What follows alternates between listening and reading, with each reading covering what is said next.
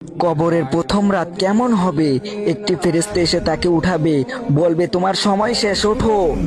তোমার সেই ভাই তারপর তাকে তিনটি প্রশ্ন করা হবে। তোমার রবকে, তোমার রবকে, তোমার দিন কি, তোমার নবীকে।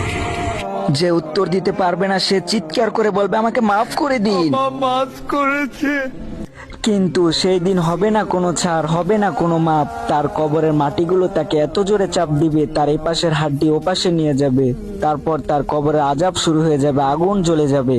এবং তার কবরে এত বিশাল বড় বড় সাপ আসবে, যে সাপগুলো দুনিয়াতে একবার নিঃশ্বাস ফেললে দুনিয়া পুরো ছিন্ন ভিন্ন হয়ে যাবে। তাকে কিয়ামতের আগ পর্যন্ত নিয়ে এই সাপগুলো তাকে কামড়াতে থাকবে। এবং তার জন্য একটি ভয়ঙ্কর ফেরেশতা বরাদ্দ করা হবে। সে হবে অন্ধ, বয়রা, বোবা। তার হাতে একটি বিশাল ভয়ঙ্কর হাতুড়ি থাকবে, যে হাতুড়ির ওয়েট এত হবে যে সারা চান পৃথিবীর মানুষও তার হাতুড়িকে বিন্দু পরিমাণও নাড়াতে পারবে না।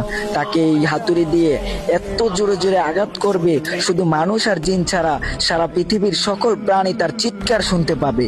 শুধু এই শেষ নয়, কিয়ামতের দিন তাকে হাসরের ময়দানে দাঁড় করানো হবে। তার কাছে নামাজের হিসাব চাইবে। যদি সে নামাজের হিসাব দিতে পারে তাহলে সে মিজান ও পুলসিরাত পার হতে পারবে, আর যদি সে না পারে তাহলে সে আগুনে নিক্ষেপ হবে। যদি কবরকে ভয় করে থাকুন তাহলে মৃত্যুকে আজ থেকেই স্মরণ করুন, আর আমাদের ভিডিওতে ফলো দিয়ে একটি লাইক দিয়ে যান।